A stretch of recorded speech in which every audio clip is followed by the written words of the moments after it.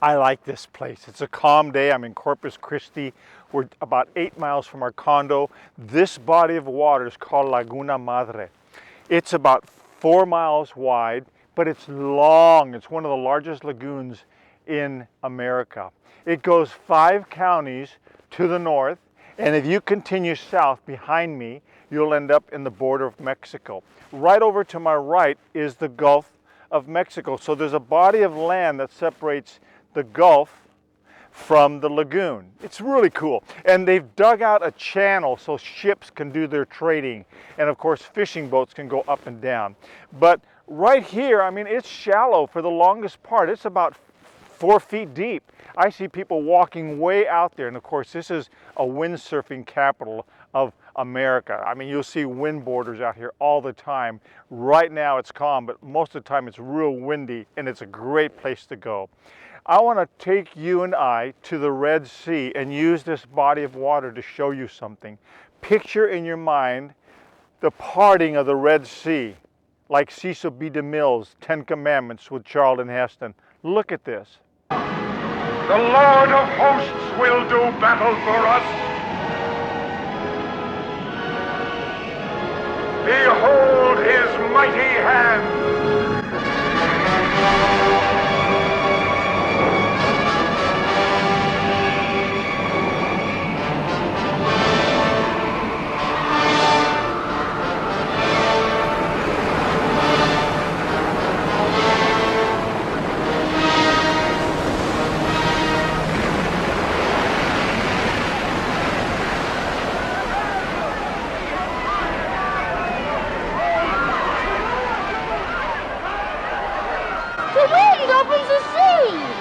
God opens the sea with the blast of his nostrils.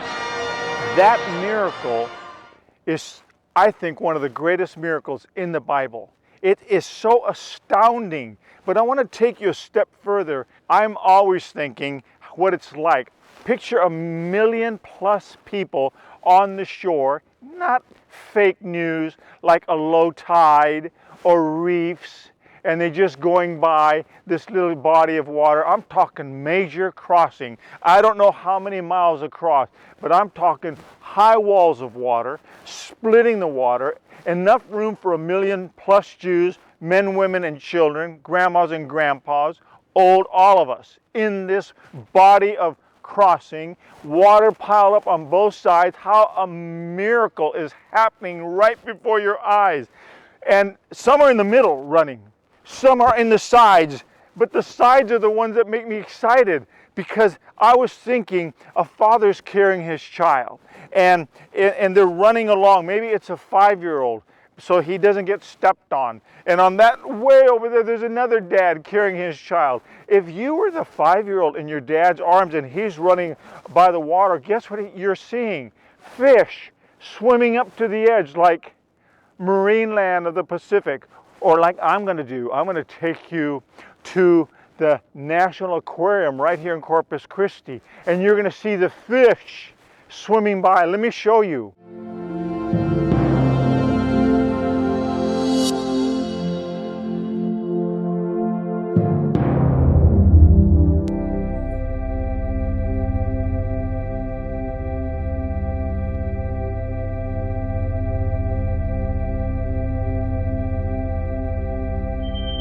And now you're that little boy seeing these fish. And what would you do? I know I'd be dragging my hand going, whee! As I'm dragging my hand through the water, grabbing the fish, trying to grab another one. And Dad says, son, this is no time to do that. This is time to run, because Pharaoh's army's upon us. But that boy doesn't know about Pharaoh's army. All he knows about is the wonder of God's creation. No snorkel, no mask, no fins, no scuba tanks. God is taking him scuba diving on dry land, and he's on his father's arms, safe and sound. I'm going to take you to the Red Sea right now so you can see.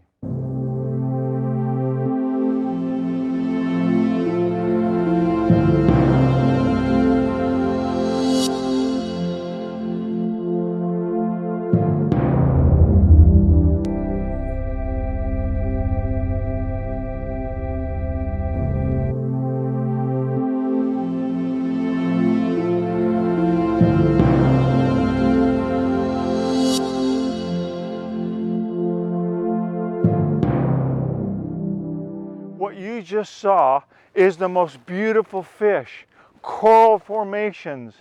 That's what they're seeing.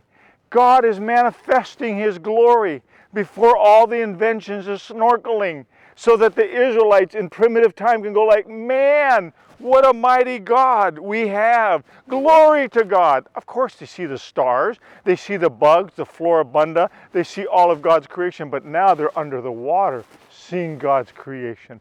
What a miracle. God is so creative. And picture what you just saw is coral.